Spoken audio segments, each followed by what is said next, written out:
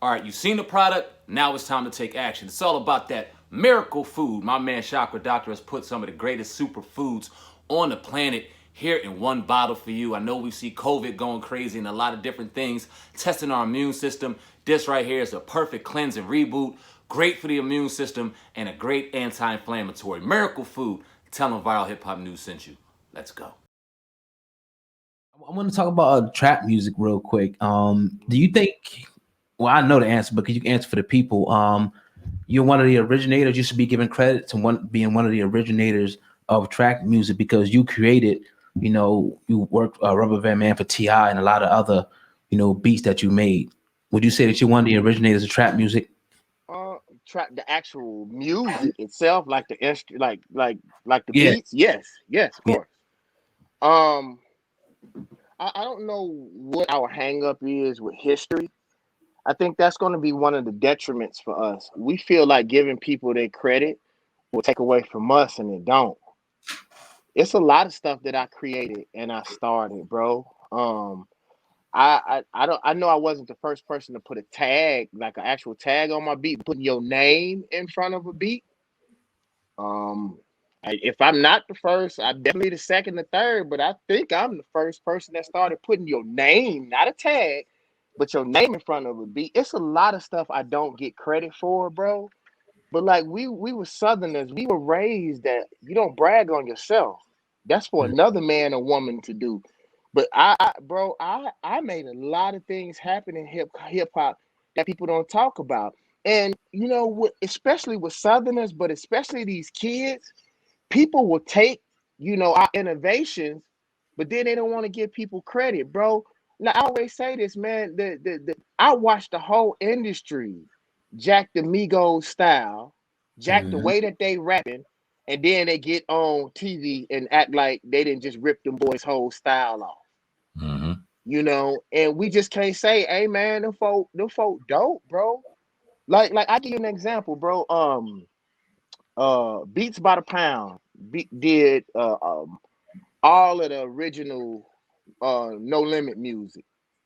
I Mhm. personally think them boys should be on the same level of Timberland and the Neptunes. Like what Master P did, however you gotta give his business acumen credit. Them Yes. boys put out more music. They changed the whole way everybody did music. Matter of fact, I've never seen a group of artists who had their own section. I never forget this. It was country, it was blue rhythm and blues. There was rap, and then it was No Limit. Damn, Mm. No Limit had their own section in our record stores, bro. But we don't even artists couldn't even fathom putting out two albums in 1 year. It Mm. would take artists 3 4 years 2 years to put out albums, like, and people took their work acumen without giving them credit in history, bro. And I don't think that's fair. So as it pertains to me, the funny thing is it's not the responsibility for people from New York or from LA or Chicago. Southerners don't give Southerners their credit. And so Mm. how is anybody else going to give us credit when we don't pay homage? Like, bro, I live in Atlanta. I barely ever hear Outkast.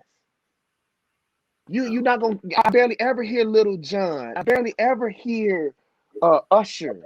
You hear Usher a little bit more because but Mm. like you shouldn't be able to go to Mississippi and not hear David Banner at least one time on Right. the radio a week.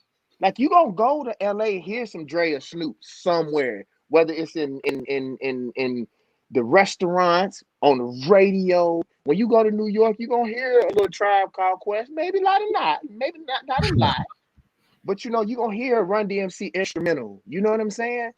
I don't know what's our disconnect with history and us wanting to give it up. I don't know if y'all ever noticed this, man, but I would always in my music, I would always give it up to the West Coast. And the reason why I would always give it up to the West Coast, the Bay Area, because they came right before us. And I watched for a long time how they tried to sort of like just scrub the West Coast out. And I was like, no, man, I'm not gonna let them do that to West Coast music. Because as soon as hip hop moves on from the South, I want somebody to come back and remember us. I want somebody to give us credit. You know what I'm saying? And give us love. And if I can show why I'm popular and why I'm hot, that I can give it up to the West Coast. And now they don't need that no more. They back up on their feet. But like I always tried to give reverence to history. I've always tried to give reverence to those before and show some love to the kids. We just gotta treat each other better, bro. That's it. Indeed, I would love to hear because you started off the interview saying that you're probably in the best space of your life, and that was great to hear. Talk about that journey, coming from a couple years ago where you were beginning to really come into your own till right now at the pinnacle of your life. If you don't mind sharing. Well, if you want to support me, go to davidbanner.com, go buy some stuff. What Okay. happened with me, bro, is that I kept really quiet. I was an independent artist a whole lot longer than what people knew. I was off Universal way before, maybe 7 years before people actually knew that I was, because I understand the psychological place that our people are in. We connect with what white people say, independent. These kids are a lot better now than we were, but to say that you're black and independent, you know, was almost like a double negative because of the way that we have allowed people to make us feel. Even though we anything that has to do with work, for the most part, our people create it, but that's another thing.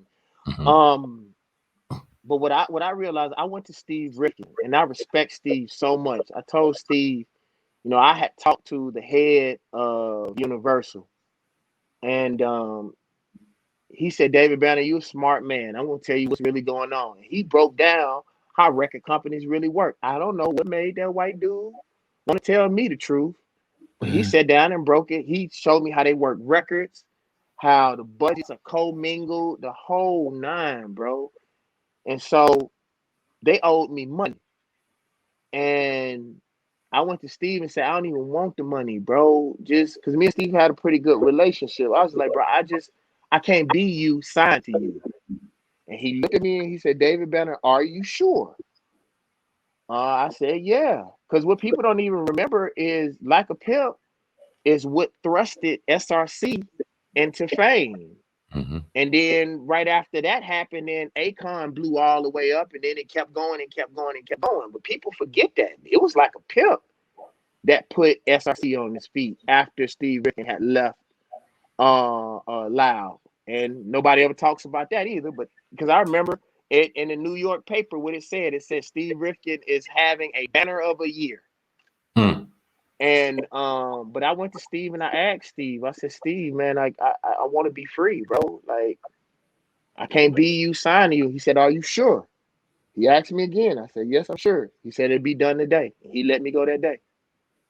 Okay. And so what I did was, what people don't know is, most of my records, I started them and worked them independently myself.